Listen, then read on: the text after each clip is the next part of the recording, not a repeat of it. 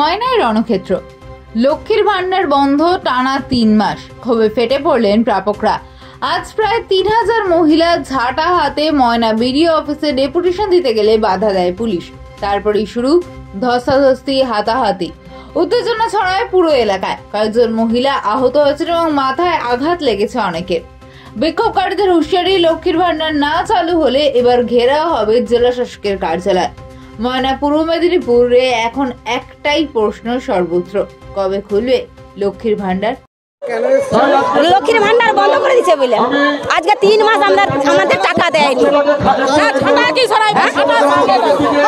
এই BDO officer দাম করে দিচ্ছে 3 মাস, না না 4 দিকে দিচ্ছে টাকা, আমাদের এইখানে দেয়নি কেন? ওই 8 নম্বর আর 7 নম্বর কেন? আর কোথাও তো সব জায়গায় তো দিচ্ছে।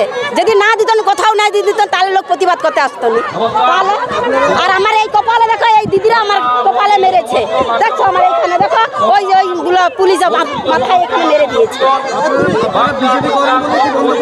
আমরা বিজেপি করি, টিএমসি যেই করি, বিজেপি করছি বলে কি তাহলে মোদেরকে টাকা দিবেনি? সাথেরকে টাকা দিবেনি না? 8 টাকা দিবেনি বলো? বিজেপি করতে পারি, তাহলে টাকা কি আমাদের বন্ধ 4 দিকে বন্ধ করতে পারতেন? আমাদের এখানে টাকাটা বন্ধ করবেন। 3 মাস ধরে টাকা বন্ধ করে দিয়েছে। আমার বেটের এইখানে ওই দিদির এইখানে গেছিলাম, আমার বেটের এইখানে পুলিশ মেরেছে, পুলিশ আমার এইখানে মেরেছে।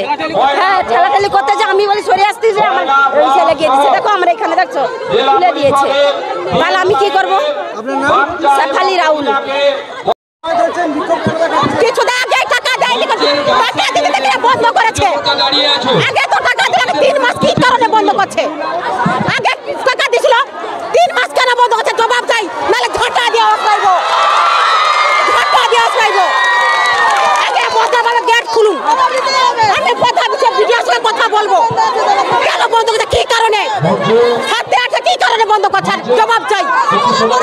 আমরা কি পাপ করেছি? কি পাপ করেছি আমরা? জবাব দিতে হবে। আগে ঝাঁটা দেখে আসবাইব। অঞ্জলি ধারা বাড়ি আরাম চেয়ার না